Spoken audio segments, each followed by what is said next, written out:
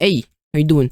Welcome back to another video. Now, before I get into today's topic, I just want to tell you that there will be spoilers, so just a little spoiler warning before we get into anything. So today, I want to talk about the new season of Demon Slayer because I finished it yesterday, and honestly, I have a few things to go over. Like, first thing was that the demons, the new upper 4 and 5, Gyoko and Hantengu, kinda sucked. It didn't suck. They just were boring. They didn't meet my expectations. Not my expectations, but I feel like many others' expectations too. Because from what I've seen, people didn't like them, which is a shame because they were supposed to be like they were really hype. Like when I saw the trailer and everything, I was hyped because I was like, oh my god, this is gonna be dope. Because they were looking pretty fucking cool, and they are pretty damn cool. Like the designs and everything are. Bro, Gyoko with his fish abilities, the vases and his fish stuff and all that, and Hantengo with his 4 moods or moods emotions was really awesome. But I feel like their execution was just worse. Like it was kind of lacking. For this, I'm gonna go back to the earlier seasons with season 1 and 2. In season 1, I feel like every stronger demon we saw, like in the I don't even know what it was called, that house thingy, that abandoned house where we had the X upper lower moon 6, the guy with the drums and everything. That guy was dope. That guy gave you that sense of danger, like, oh my god, this guy is shit, like this guy is stuff, like like he's not to be messed with. And then we had the Rui, the spider family, and then they were like, oh my god, these guys are insane. And then you had season 2 with the entertainment district arc with upper rank 6 Gyutaro and Daki, and it was like, oh my god, these guys are truly not to be messed with, because that was the whole thing they were going for. They were upper ranks. They felt like absolute menaces, because they were. Like the sense of danger with the two of them, that combo and everything was insane. Like the sense of danger was there with the two of them, and there was a reason. They're upper moons. The upper moons are supposed to be like the top of the top. They're supposed to be like like they're supposed to be like the best of the best. They're the upper ranks for a reason. And I feel like Gyutaro and Daki definitely met the standards. Like they definitely felt like, oh shit, these guys are definitely trouble.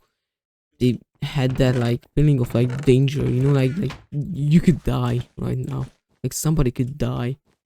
And they almost did too. And that's something that I really want to talk about. That was my biggest pet peeve. Was that Yoko and Hantenku didn't give off that feeling.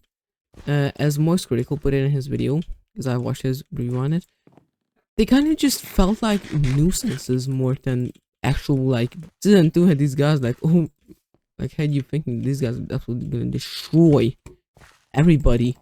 And then season 3 was like, okay, well, Hantengo with his emotions and Yoko with his fish and vases. That was really it.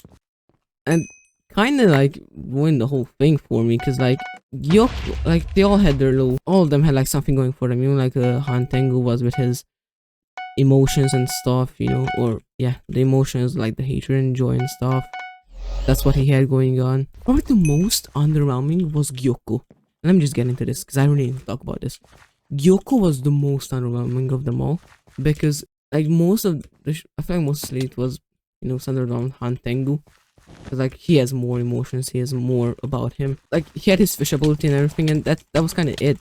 Like we saw him trap Muichiro, I think. Saw him trap Muichiro in that little water prison, whatever it was called. I mean, like he was kind of like a character development for Muichiro, which I get, because like character development, we need that in the show. But again, this is kind of my problem with me. Muichiro's backstory was kind of boring for me.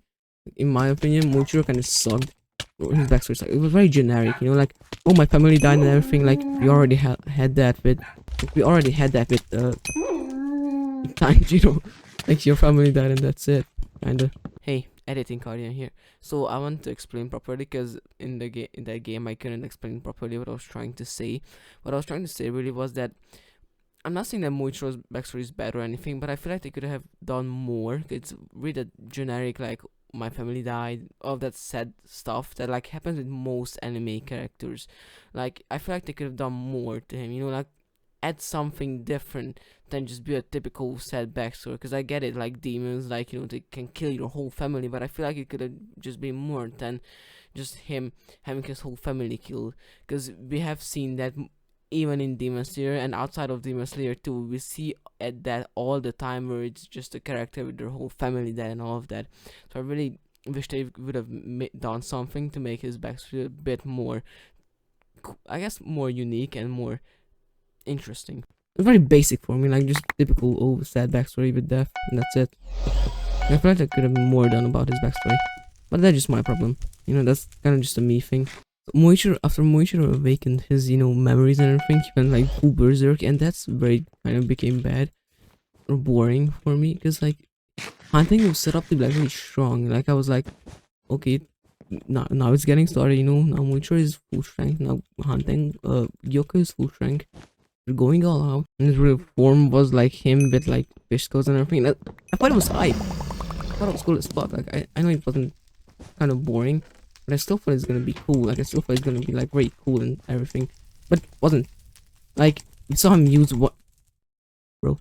Like all that really was him was like using his spots, like traveling very fast, and then like one thing I thought was cool, like when he like hit something and it turned into fish. There wasn't much more to Gyoko because Moichiro cut his head off using the bridging method, and I was like, okay, that's cool. But I thought he's gonna get his head back, but nope. It was just kinda it. Like he had his head cut off, and then just that's it. And I was like, oh, he was regenerating his head and everything. And I was like, okay, this is gonna be. I was like, okay, you know what? This is gonna be cool. Like now it's getting real. Now we're getting started. No, that was the end. His head got cut off, and Moichiro sliced it up, and kind of felt like it was missing out something. All that was just his head got cut off, and then that's it. And Moichiro sliced into many pieces, and boom, over. Okay, it's me again because I was focusing on the game too much and I didn't know what the hell I was talking about.